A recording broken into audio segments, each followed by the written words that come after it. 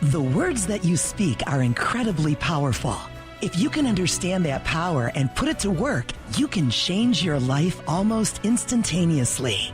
Join Law of Attraction expert, noted author, and empowerment coach Reisha Baker as she helps you to shape and share your words to bring about great wealth, great health, and great well-being. Here's Reisha. Hi, everyone. Welcome to Power Talk. Thank you for tuning in. I'm your host, Reisha Baker. So I'm going to get right into it because I have a special guest on the show today, and I'm really excited about this guest because he talks to us about a perspective that hasn't been tapped into very frequently at all. And it's really interesting. The name of his book is called The Key to Life, Living in Full Expression, life being the acronym for Living in Full Expression. His name is Jim Phillips. And I had the honor of speaking with Jim about his book and his perspective that our life experiences on the earth in human form are not for self-discovery, but he says are instead for self-recovery. He says that his book, The Key to Life, Living in Full Expression, invites you to take that journey of self-recovery into a deeper level of knowing and trust. He says it is from this deeper level of knowing and trust that you can have your most sublime experience of self. He encourages everyone to embrace that journey. Jim Phillips is a gifted speaker, seminar leader, and certified life and business coach. His true passion is the exploration and application of spiritual law as it applies to prosperity and overall quality of life. He currently resides in Virginia, where he continues to write and coach.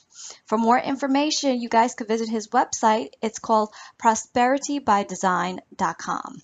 That's www.prosperitybydesign.com. And he has a whole, you could get his book. You can gain access to his book there. You can buy his book from his website. You can go and get it from Amazon, The Key to Life, Living in Full Expression. And you can learn more information about Jim and his life, his journey. And he has a hoopla of other resources that you could tap into as well. So I'd like to take this time to get right into our interview and introduce my special guest, Jim Phillips. Hi, Jim. Thank you so much for joining Power Talk. How are you today? I'm doing great. Thank you. How are you? I'm doing excellent. I'm really excited to talk to you about your new book, The Key to Life, Living in Full Expression.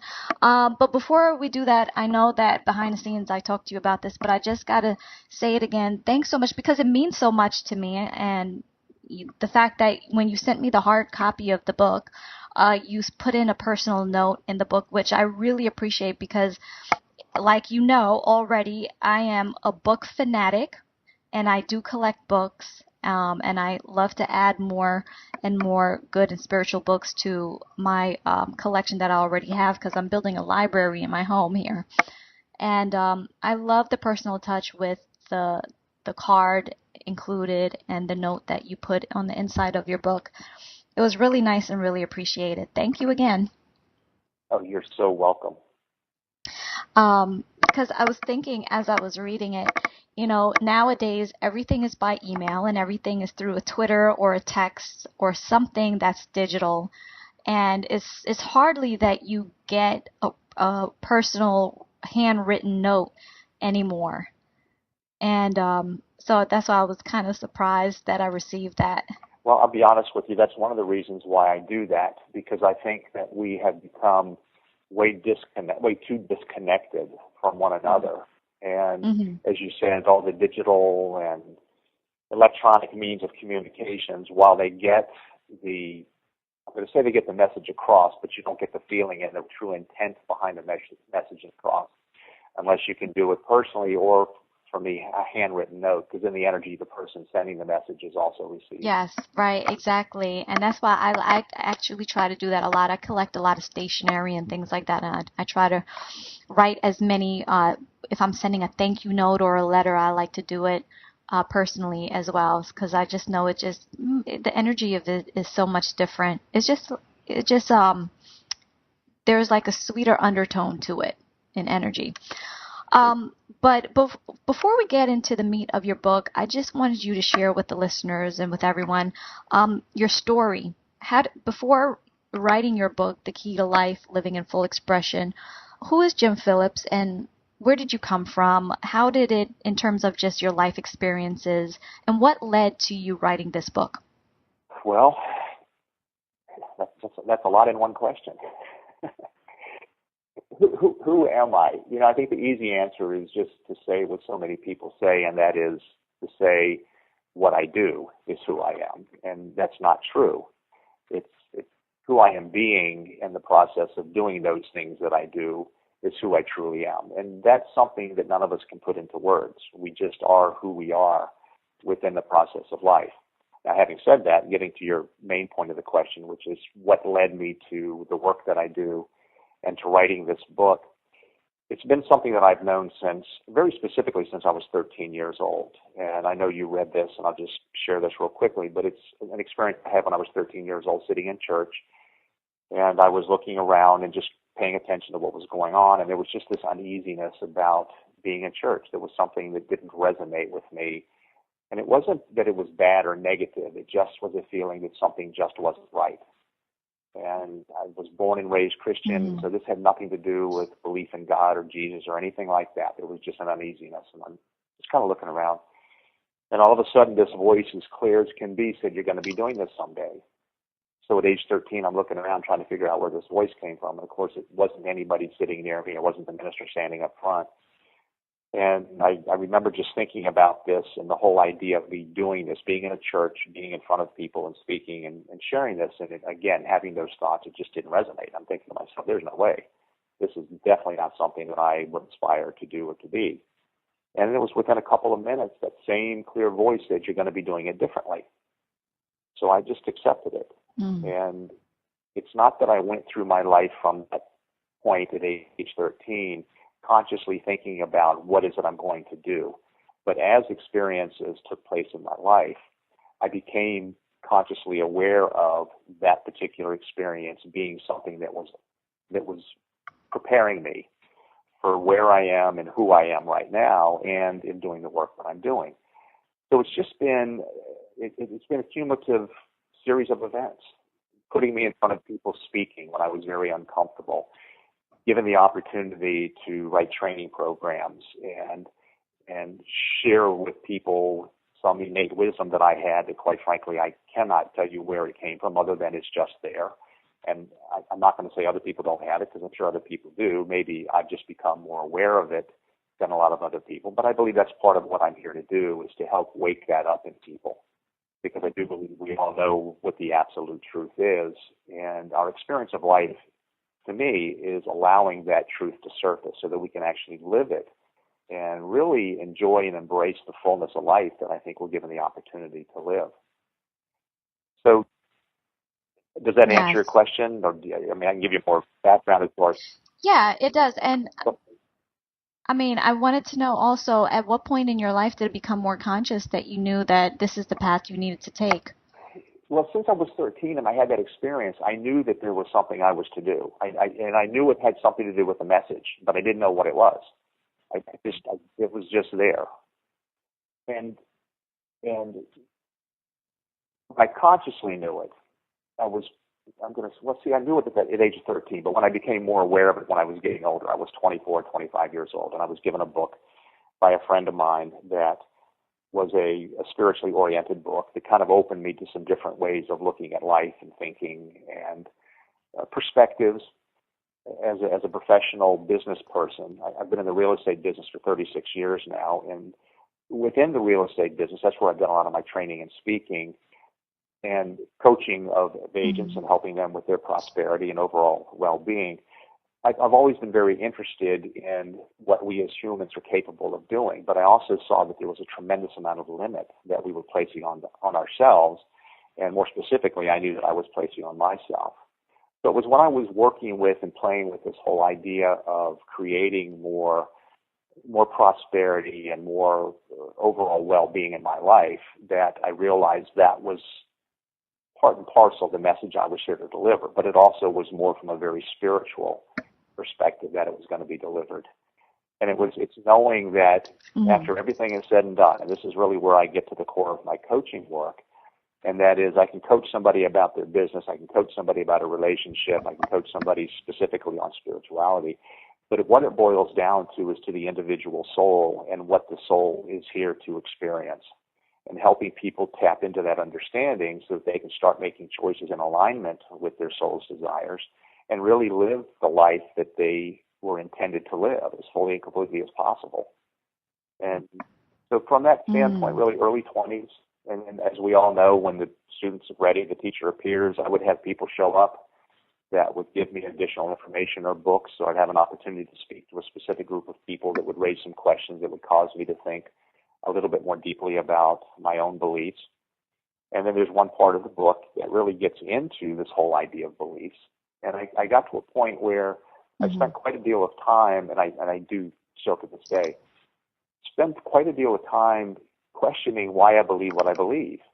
Because I came to realize that what I believe is not necessarily based on my own experiences, but more on what other people have told me or that I've read. And that doesn't necessarily mean it's true, but yet it was things that I have accepted and we as humanity accept as being true, because we don't want to take the time to really search within ourselves, or to really search for answers perhaps that would give us more of what the truth is. So it led me to believe, well, how far off track am I? If I'm making decisions based on my beliefs, and my beliefs might not be true, how far off from the truth am I? So I just started paying attention to that. And that's what I do with the work that I do, is help people really look at that and determine what the truth is for you to this moment in time, so that any decision you make from this point forward is based in that truth, but also being awake and aware of the fact that the truth as you know it today, tomorrow it might not be true. So be receptive to new ideas and information that come in. Right. In the Key to Life, Living in Full Expression, you talk about how our true purpose is the experience of the integration of our divine spirit and human spirit. What is the difference between, or what is the difference of the divine spirit and the human spirit? I've never heard it put that way before. Well, our divine spirit, if we want to separate it, and this is not going to be an exact definition because I don't think you can actually define it. It's really more a way of being. But because we're here on the earth plane, we all need to have some kind of process or some kind of way to understand things, to at least grab hold of it and be able to make decisions and take steps as a result of it. So what I'll say is that our divine spirit is our soul. That is our divine spark, if you will. It's the one of the definitions that I use for soul, or for us as human beings, is we're individuated expressions of the divine. So that aspect, that spiritual aspect, is that actual part of source, a part of God, whatever you want to call it. And then the human side of that really is our ego. It's that ego side of us that's here experiencing as a human being and having that awareness of us being a human being. And both sides are integral to our experience here on the earth plane. So what we're here to do is to integrate the two, so that eventually what happens is we are living from our higher self, which is that total integration of the two aspects, the divine self and the human self, so that we're living from that. And once we do that, everything that happens around us, we recognize that it's there for our benefit, that there's nothing that's being put before us in our lives to test us or to challenge us. It's actually there to allow us to experience ourselves in a much grander way than we have in previous experiences. So it's not about a test. It's about an opportunity to have a greater experience of our power and our capabilities. Yes. You know what? It's funny that you say that, because I've been thinking about that lately, that when we're going through a situation that we may think, even as if we think it's a negative experience, that is actually a good thing, because it's happening and we're experiencing this to learn more about ourselves, because our reaction to what happens around us is pulling out sides of ourselves and emotions, parts of ourselves that we didn't know was there before. Is this sort of what you're saying? Yes. If you think about it from this perspective, life is about expansion. So every experience we have expands our experience of ourselves within the context of those experiences. And I know that's a mouthful, and a lot of people first hearing that might not completely understand it. But I think the easy way to just understand is that if you look at everything that happens in life as an experience, and it's something that we would have the opportunity to not only actively participate in, but we are co-creators in each of those experiences. And that's one thing that I think a lot of people have a difficult time understanding and grasping. But that's because we're looking at it from a human perspective and not recognizing that a lot of the things that are happening in our lives are happening on a subconscious, deep soul level. But nonetheless, because we have that divine aspect, we are creating it on that much deeper soul level. And it is all about our just expanding our, as you said, our knowledge and understanding of who we truly are. But the only way that we can expand our knowledge and experience of who we truly are is to create more expansive experiences that give us that opportunity to stretch and to grow and to have a bigger experience, if you will. I think that might be a better way to say it, where people could understand it, a bigger experience of who we are. We're here to demonstrate our powers to ourselves. Maybe that's another way to say it. We're here to demonstrate our powers to ourselves. Right. That's an interesting concept, a very different way of saying it. We are here to demonstrate our powers to ourselves. You know what? I think that right there is kind of like an awakening, if you really think about that statement. Because do you believe that all the powers that we possess, we already know it's there, but at some point a veil was put over our eyes where we kind of can't see it anymore, or forgot that we possess these powers? Yes, and here's a way to think about that. If we came into this incarnation, this lifetime, fully aware of how powerful we are, we wouldn't have the opportunity to have that experience of our power, because we would already know that we absolutely could do anything and everything we wanted to do. So by not having that memory or that knowledge consciously, we create experiences that give us the opportunity to express ourselves in those ever-expanding ways, which is another way of saying that allows us to use more and more of our innate power. And so it's about remembrance. We're remembering our innate power, and we do it through the experiences we create specifically for that opportunity.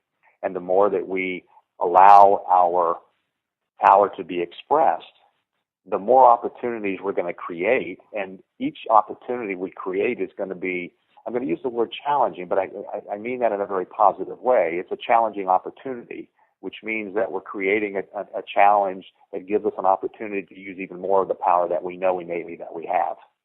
And so we're creating these grander experiences of ourselves. But we also do it to benefit one another, because we're all here on the earth plane playing a role. You're playing a role in my life, and I'm playing a role in your life that gives me and gives you and gives everybody who might be a part of my life experience the opportunity to experience and express themselves fully and completely. So by being on this show with you, you're giving me an opportunity to experience and express myself within the context of your show. And other things may come of this. I don't know. I don't know what they're going to be. But somewhere along the way, you and I agreed, and I'm not talking about where you and I talked on the phone and we agreed to do this interview. I'm talking about prior to that, somewhere, whenever. There was an agreement that you and I would get together on this day. We'd be having this conversation, and it would allow us to have this wonderful opportunity to share this information that not only benefits you and me because we're in the conversation together, but anybody who might have the opportunity to listen to it. Mm-hmm. Right. Now, Jim, what do you think we are capable of? What do you think our powers are? I'm going to reverse it, and I'm going to say there is nothing we are not capable of. Nothing. There is nothing that we are not capable of. The only limits we have are the limits we place on ourselves through the thoughts we hold about what limits us. Mm-hmm. There's nothing that limits us. And an easy example, and this is going to be kind of a silly example, and people have heard this before, but I think it's one that really defines how limiting beliefs hold us back until something has been accomplished, and then it's being shown that it's possible. and that was when the 4-minute mile was originally broken. It was deemed to be impossible, physically impossible for a human being to run a sub 4-minute mile. And the guy's name escapes me. I just had it. It just escaped me. Anyway, the gentleman that ran the 4-minute mile, he finally did it. And it was like within the next year, 4 or 5 people ran a sub 4-minute mile. Yeah. And it was only because the thought barrier was broken, not because the physical barrier was broken. It was the thought barrier. Mm-hmm. Now all of a sudden everybody believed it was possible because it had been done. And so as you do something in your life that is a stretch for you and perhaps may be a stretch for other people, when you're in the process of and you accomplish whatever that may be, you're demonstrating to other people what's possible, just as other people who are doing things around you are demonstrating to you what's possible. So we're all benefiting one another through what we do and who we are. That's why our primary function in life is to have the grandest experience and expression of self we possibly can, because not only do we have the experience, but we're demonstrating to others what's possible.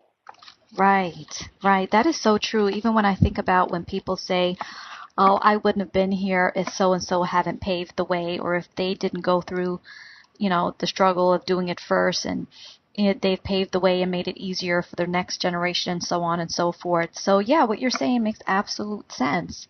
That you don't know what's possible unless you actually break a record or you go and you do it, and we truly are limitless in what we're capable of.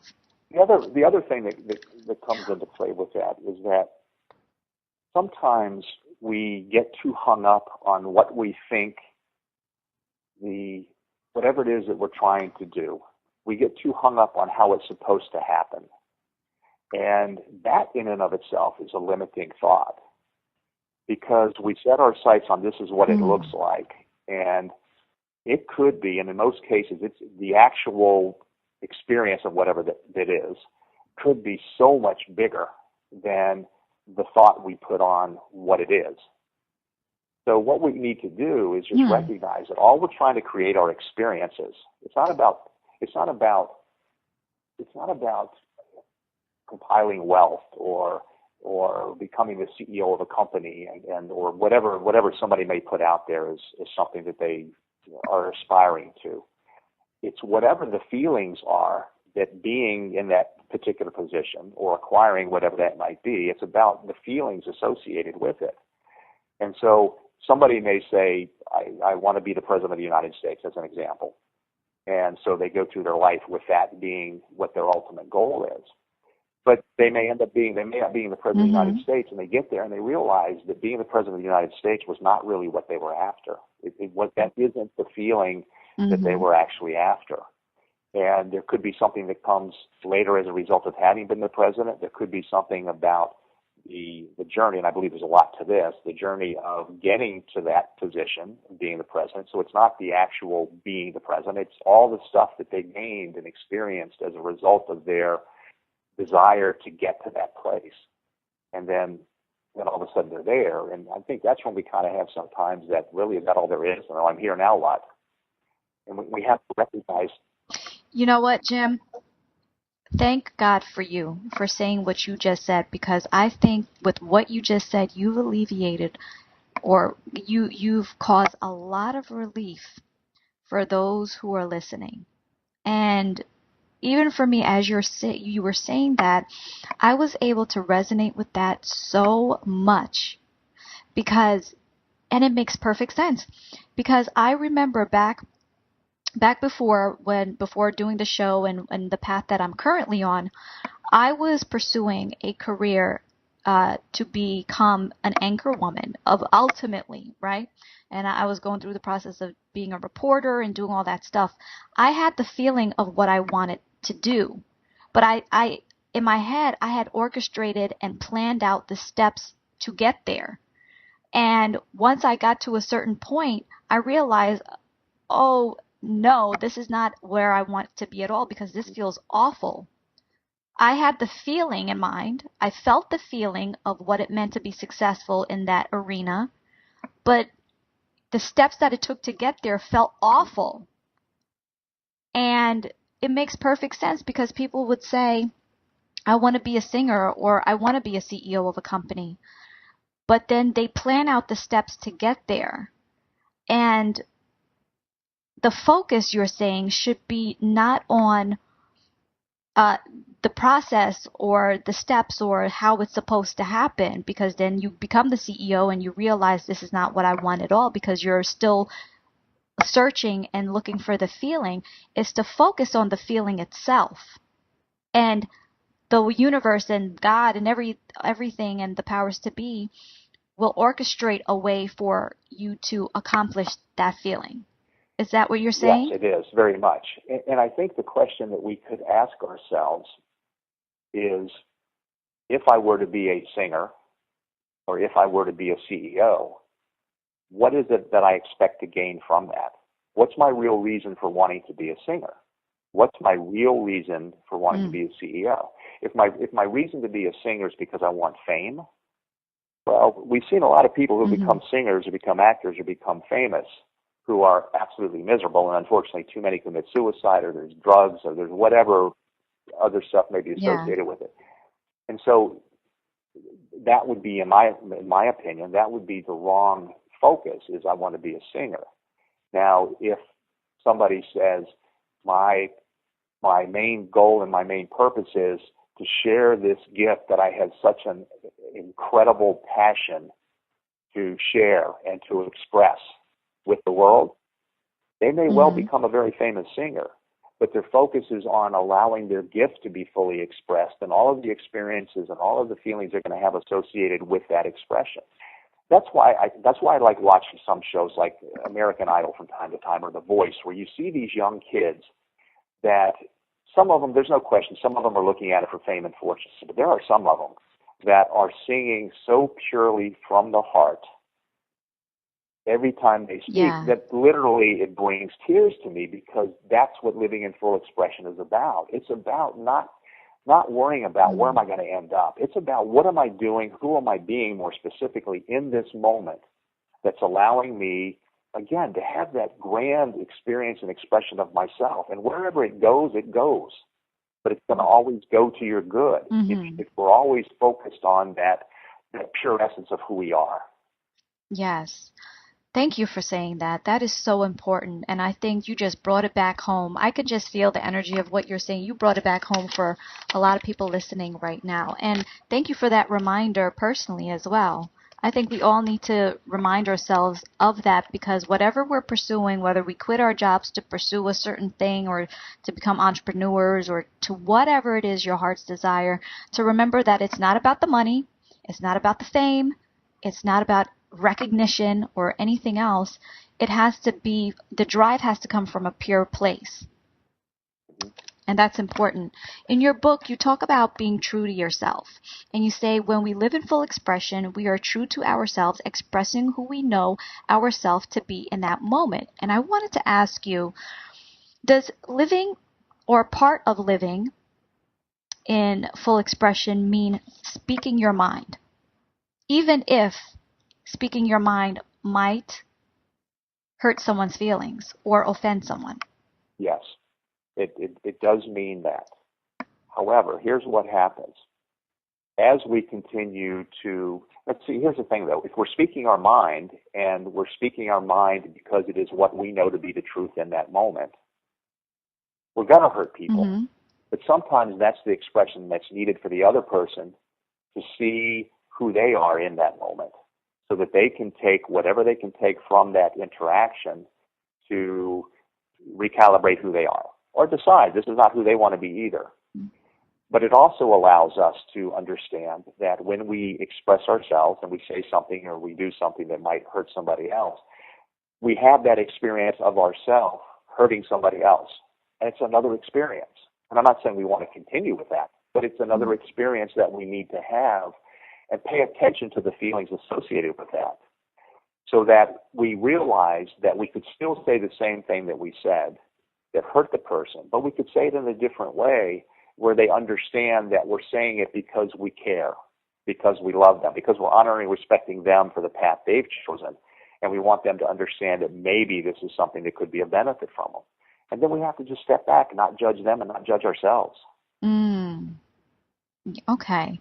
Because I was just thinking about that part in your book, and I was wondering because there's so many facets to speaking your mind, and especially a lot of people are afraid to say what they really want to say, even if it's the truth in the moment, even if they know it's their truth and that they're right. And I'm not saying speaking your mind in a sense of deliberately being malicious or to deliberately be mean to anyone, but I'm talking about speaking your mind in a way that you know that in the moment this is the right thing to say, or you are feeling or experiencing something that is in conflict with your spirit, and so you must say something, but you know that when you say that thing, it may, the person receiving it may be offended. And a lot of people do not speak their minds in those regards because they are afraid of losing a friend or think that people might not like them or might be judged. What do you say to the people who feel that way? Well, what that boils down to is trust.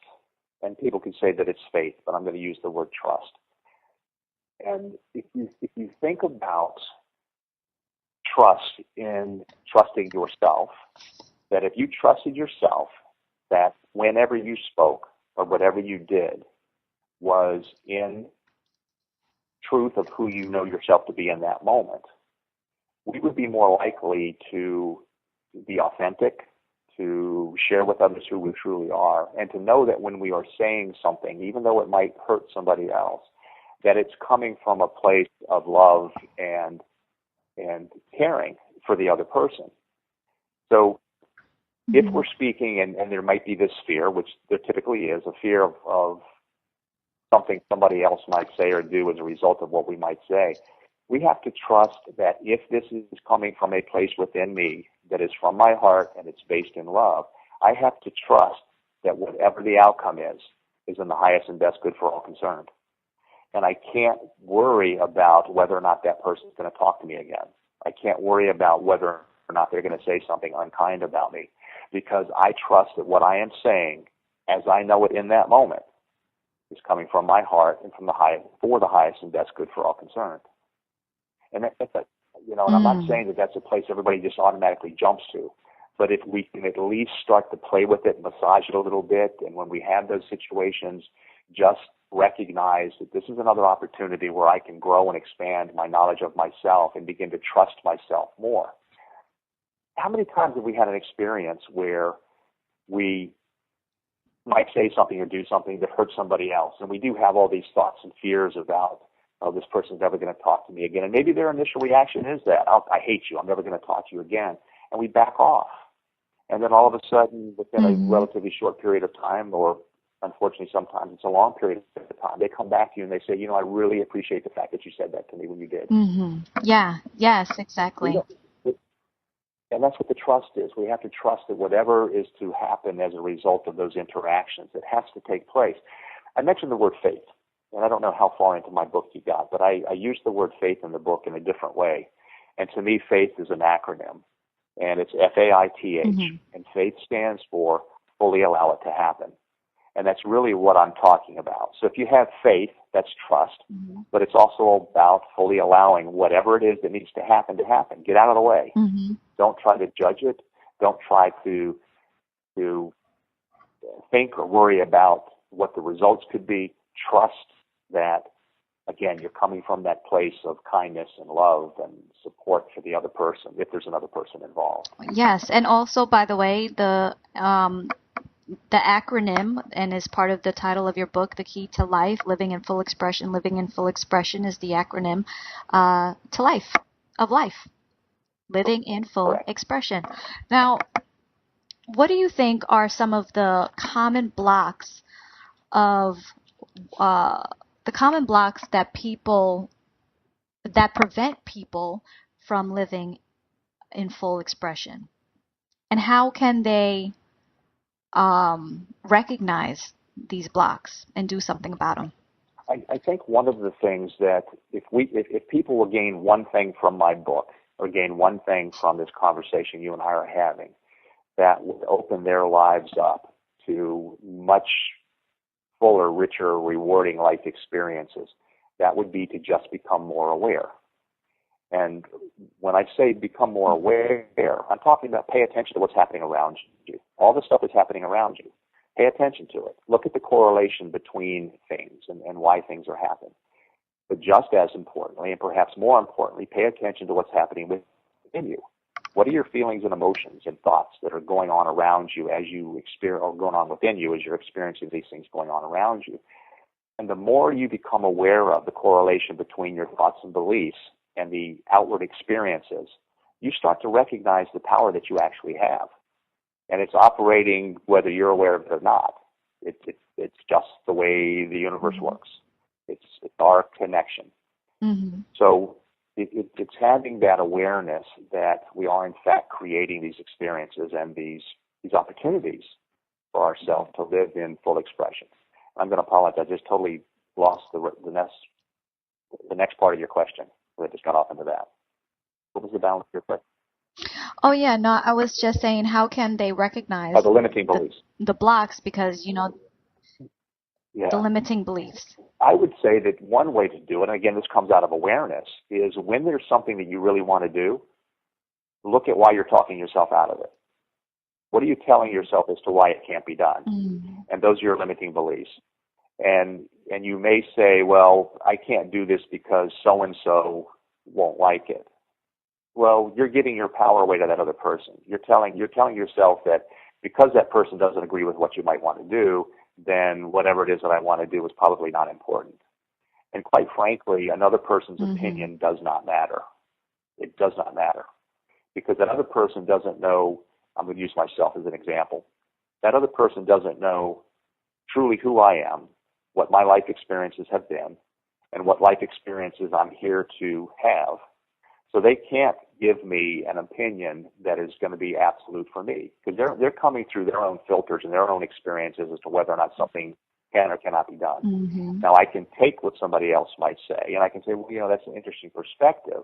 And if it resonates with me as true, and by that I mean getting back to that inner feeling that I might have, then I might take that information, I might make a decision with that in mind, but I'm not going to base it exclusively on that. I'm going to base it on what I truly believe, my own belief to the moment. So I think when people can recognize that we allow other people to impact and influence the things that we do, that's a limiting belief. And then all of us to some extent have a limiting belief about worthiness. If our life tends to be a little bit of a struggle, then we start to wonder whether or not we're even worthy of having grander life experiences. Or if we're struggling financially, we start to wonder if I'm even worthy of having more prosperity in my life. And so the more that we hold on to those beliefs about, well, I'm really not worthy of it, or why would anybody want to give me this or do that for me, we perpetuate that whole experience of lack. And I would tell you, I don't know if you've written a book, but in writing this book, The Key to Life Living in Full Expression, I will tell you, I went through every limiting belief I could possibly have many, many times. Because when you're putting yourself out into the world in written form, especially, where once it's out there, you can't pull it back. I was questioning, well, what is it that I feel I have to say that hasn't already been said? Why do I feel that I, Jim Phillips, have such an important message that people would want to buy it and read it, and much less look at it and feel that it somehow might have an impact on their life? So I went through all of that. But I got to the point where one of the quotes in the book, this to me is one of the most powerful ones that's in there. And I used this a lot in my life, but I also used it extensively when I was writing the book. And it was a quote that came to me through early morning walks. I have a great connection when I'm walking early in the morning to receive messages. And so this particular quote was, you would not be inspired to do something if it wasn't intended to be. And I believe that with all of my being. So I was inspired to write this book. And so when I would have those self-limiting beliefs and doubts, it would be, you know what, I'm inspired to do this. It has to be that it was intended. And then the second part of that is that if it was intended to be, then all that is necessary for it to be is provided. And it is. And that's where that trust and that faith comes in. I read that quote on your card, and I just thought that was absolutely brilliant. Absolutely believe that. Absolutely believe that. And you know, it's so funny you were just saying that you have early morning walks. Do you know that this morning I was extremely compelled to take an early morning walk? I woke up at 6:12 a.m. and I was compelled to go take a walk and I didn't do it. And you saying what you just said made me feel like that was kind of like the universe reinforcing, hey, maybe you should do that. Go take that early morning walk. Yeah. When we tell you, when we give you that inspiration, do it. That's very interesting, Yeah. Jim. Yeah, yeah, I think any time we have those, especially if it's something that you don't normally do, like if you don't normally get up and take a walk in the morning, and all of a sudden you have this inspiration to go out and take a walk. And we have free will, just as you exercise. You can take the walk or not take the walk. It's not going to be like all of a sudden some invisible hand is going to grab you and shove you out the door and say, no, you got to go for a walk. But what you don't know is what you missed by not going on the walk. There may have been somebody you would have encountered that would have had a profound impact on your life. There could have been an experience. What I've experienced for some reason, and I'm still working on the whole message of this because it's incredible to me. But I live in Northern Virginia, just outside Washington, D.C., and I live in Loudoun County, which is a really nice county. It's very affluent, and there's lots of hills and trees. And in fact, it reminds me a lot of Georgia, the Atlanta area down around where you are. And over the last 3 or 4 months, I've been seeing bald eagles. And they don't hang around out here. And I just find that to be remarkable, that in these early morning walks that I would have, I would all of a sudden there'd be a bald eagle fly over my head. And there was one 2 days ago. And it actually landed, and I walked within 100 yards of it. It was pretty wild. So seeing that. So that's why I continue to be inspired to take my morning walks, because I just don't know who's going to show up or what's going to show up or what the experience might be. And it's pretty incredible. Well, you know what? Thank you for that because tomorrow morning I'm going to take my early morning walk. I'm going to do it. I'll let you know how it turns out too. Um, in That'd your be book, you wonderful. talk about principle of non-attachment, and you say the principle of non-attachment tells us we are not to identify or label ourselves as anyone or anything. Jim, how in the world do we do that? It's difficult. It is difficult.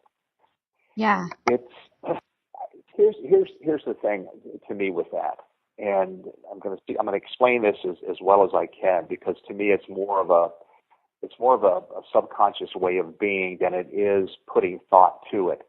Because if I think about detaching from something, there's still the attachment to it, because I'm thinking about detaching from it. It's more about just not allowing things to impact me or to identify who I am. There's a quote in the book right in that particular section that was attributed to Jesus, and the quote was, "Be ye as a passerby." And to me, that reflected how we go through life, that we go through life as a passerby. You have the experience of everything as you're walking through this incredible place that we call home, this planet, and all the people that are a part of it, and all the experiences that we have. And you go through it as a visitor, which is what we are. And you don't become attached to it. You know, I'm in this world, but not of this world. That's exactly what that means. It means having the experience as fully and completely as we possibly can, with all of the wonderful people that are here playing the roles in our lives to give us that opportunity for the fullest experience and expression of ourselves, us doing the same thing for them. It's about not, if I happen to be someone who's wealthy, it's not becoming attached to the fact that I might have a lot of money, because once that's gone, I lose my identity. Or if I identify myself because I might be in a relationship with a particular person, if that person, for whatever reason, the relationship ends, and all of a sudden I'm devastated because the relationship ends, I've become too attached to the relationship. Children, it's the hardest one, because there is such an attachment to our children because of the biological aspect of that. However, it's still not allowing ourselves to become attached and identified as that child's parent, or becoming identified or labeled by what that child might do, because we have to recognize that every one of us is here for our own experience of life. We all have our own path. And I have a 25, almost 26-year-old son. And what he does in life, while some people may say it's a reflection of me, it's not. It's really a reflection of who he is, his thoughts and beliefs, and the choices that he's making as he goes along his life. I love him dearly. I love many people, but I don't allow that love for them to prevent me from living in full experience of who I know myself to be. And sometimes when I share that idea with people, they'll say, well, that sounds kind of cold, and that you're kind of out in the world, and that you don't have the kind of connections. And I would say it's just the opposite. I probably have more people that express feelings and emotions towards me that now that I don't have this sense of attachment, I probably love more deeply than I ever have in my life. I probably experience the things that I experience much more deeply because I don't become attached to it. I look at it. You know what it sounds like, though, to me? It sounds like you're able to love more deeply because the non-attachment causes you to be non-judgmental. Right, and there's no conditions placed on anything. Right. Yeah. Because I was going to ask you, how can you experience emotion yet be unattached, not be attached to anything? But then it just clicked in my head that when you said that you can be more loving, you can love more deeply and have deeper relationships and not be attached, it's because you are being non-judgmental. And when you're non-judgmental of someone or something, you're able to be more purely in the present moment of the situation or of the person. And that's the key. It's absolutely the key is being present. It's living in the present moment. Because if I am in a particular experience and fully in it, in the moment where nothing else matters, I'm not thinking about what's going to happen when this ends. I'm in the moment. I'm enjoying it. I'm experiencing it. I'm expressing it as much as I possibly can. And so it's a fuller, richer experience.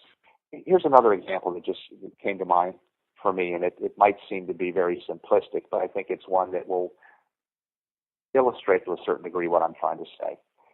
I'm sure you've been on a vacation before, or you've gone.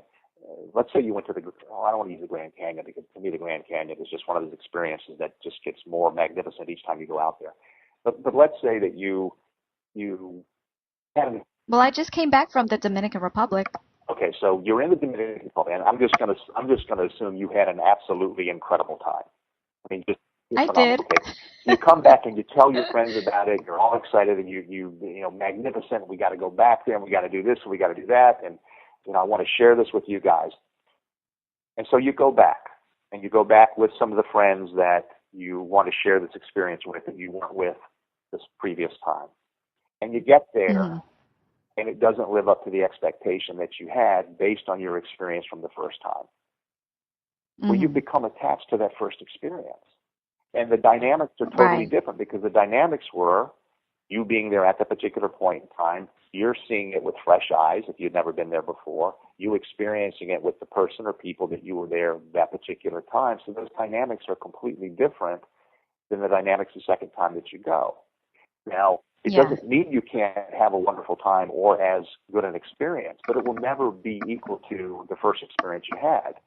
We need to just kind of let go of that and understand that was the experience I had the first time. What can we do this next time to have a different experience, but as full and as rewarding and as rich as the first time? Enjoy the people that are there. Be in that moment with them and not compare it to the previous experience.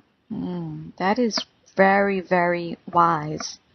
That's really wise, a wise way of looking at it. You're good, Jim. You're really good. I'm loving this conversation. I'm just sitting here having all of these aha moments as you're talking. Okay, so we're kind of running out of time, but I want to get through a couple other things with you because you're just really, really good. I feel like I definitely want to have you back on the show another time. You talk about? Can I just say one thing before we move on? Yeah. Because I want people to understand this, and this is really important. I'm sharing all this information, and people may have this thought of, who is this guy that's sharing all this information? This guy must be sitting with his legs crossed, floating 5 feet above the floor. I will tell you, I struggle with this stuff every day. This is not something that I take lightly and I take for granted. Just as anybody receiving this information for the first time might have to integrate it and apply it into their life, I have to consciously do the same thing. It's not like it just, once you kind of get it and understand it, that your life is without any kind of challenge or consequence that might be difficult when looking at it. It's not about that at all.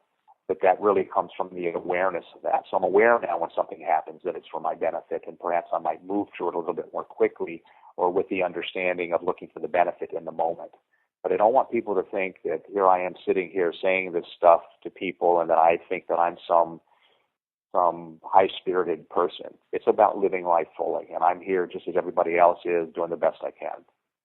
And that is the key, because I think a lot of times when people, authors come on the show, or just, people, I think listeners and viewers of television shows where the experts are on and talking about a particular way of life and have written a book, people think that they're living a perfect life. And I think it's great that you said that, because even though I'm an expert in the power of words, I still work on making sure that I'm saying the right words and using positive words in the right way of my internal dialogue and external dialogue on a daily basis as well. So it's great that you said that, Jim. I was going to say, you talk about heaven on earth in your book, and I wanted to ask you, how can we experience this? How can it really be possible for us? Heaven on earth. Yeah, well, that really gets back to the whole idea of being attached to something. The first question I would ask somebody is, what's your definition of heaven on earth? What does that look like, and what does it feel like? I think we've been led to believe that there is this place that is much grander than the opportunity we have here on earth. And I would disagree with that, because I think that the whole purpose for being here is to have that experience of as much of our own magnificence as we possibly can, to allow that to be fully experienced and expressed. And to me, that's what heaven on earth is. If I look at myself as being an individuated expression of the divine, spark of God, or whatever term anybody wants to use for what they believe we are innately, once we leave our physical bodies and move on, whatever anybody wants to call that, if we allow that to fully express here, that's heaven on earth, because that is the divine being fully expressed here. I don't believe heaven is a place. I believe heaven is an experience. So what is that experience to you?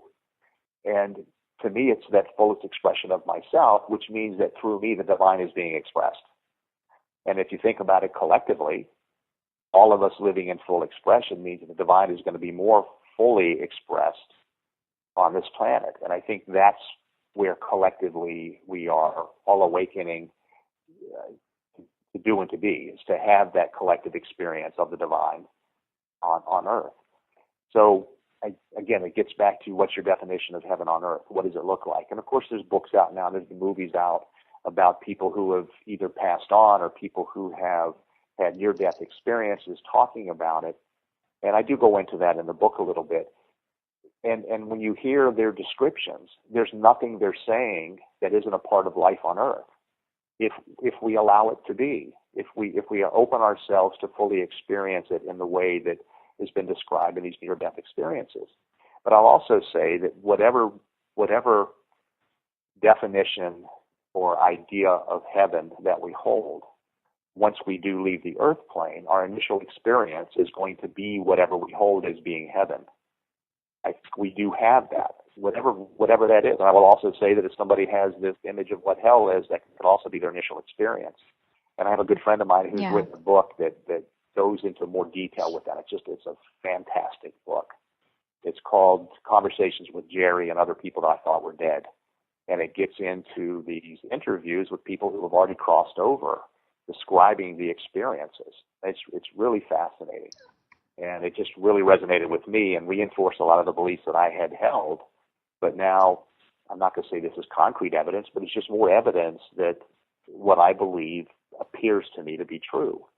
And so that's what I hold out as heaven on earth, just that experience of my full expression of who I am as the divine. Very well said. Very well said.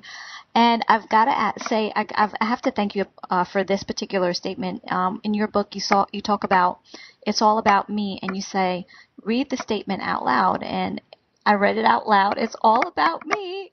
And I yelled it out, and you ask, how does that feel? And you say, I did not ask what you think. I asked how you feel. And I thought about it. The sensation that I experienced was a feeling of freedom. It felt very free to say that it's all about me.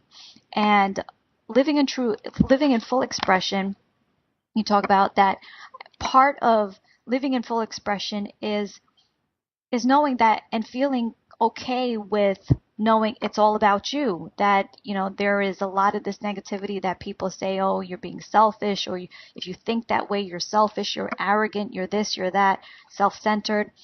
But really, it's actually very healthy to believe that, it's okay to not to be selfish, but to look at yourself as if you are deserving, and that it's all about you, so to speak. And I just wanted to tell you, I absolutely love that perspective. And if you can just elaborate on that a little bit more for the listeners. Well, just think about life in and of itself. The only person that you have direct influence on is you. You can have influence. Now, our children we influence, obviously, as they're young and they're growing up. But eventually they get to the point where they think that we as parents are stupid and we don't know what we're talking about. So we go through that whole process. But the ultimate life experience is the only person I can truly impact is me. And if I go through life trying to impact other people, I'm losing the benefit of life for myself. Now, I may influence other people, and this book may impact other people, but it's not because I've done anything with the book. It's because the person who reads the book allows themselves to receive the message and to be impacted and maybe to take action based on some of the things they read in the book. But all I could do in writing the book, that was allowing me to express things that were within me. So when I wrote the book, it was about me. I wasn't writing it for the audience. I was writing it for me because I needed to get that out of me. I needed to put it down on paper so I could fully read it and see it and integrate it and have the experience of everything that was in the book. As I make choices, if I make a choice based on how somebody else is going to feel, I'm denying myself the full expression of myself. I have to make decisions based on how I feel and how it's going to impact me. Now, having said that, keep in mind that the book talks about living from the integration of our spirit self, our divine self, and our human self. So when I say it's about me, it's not the ego me. It's not that one separate one half of our total entity, because then it would be the arrogant, conceited, self-centered part of us that would be shouting loudly. I'm talking about the integrated, balanced, true essence of who we are, that's what it is. It's about me and that expression of me. Okay. That's very interesting. And that's really, really good, Jim. That's really good. I really wish that we had more time because I think we could definitely go a lot longer. But I'm going to have you back on the show another time. Everybody, Jim Phillips, thank you so much again for joining Power Talk and sharing your wisdom with us. And everyone, I encourage you to go pick up The Key to Life, Living in Full Expression. You can also find more information about this book on Jim's website, prosperitybydesign.com. And I encourage you to get this book. It's a great read. It's a very intriguing read, and it's a lot of really good stuff in here. So I thank you for this opportunity. I would love to come back if you'd have me. Yes, you're welcome. And just like you said in the beginning of this interview, you were talking about how everybody's interaction helps to expand each other in some way, shape, or form. And you definitely help to expand my wisdom and my knowledge and awareness and sense of self today, and as well as the listeners. So thank you for being on the show, and you're welcome. And we will be talking to Jim Phillips again on another episode of Power Talk. Thanks for listening to Power Talk. Reisha will be back next week with another Power Talk episode. For more information on Reisha Baker on empowerment coaching, go to ReishaBaker.com. See you next week.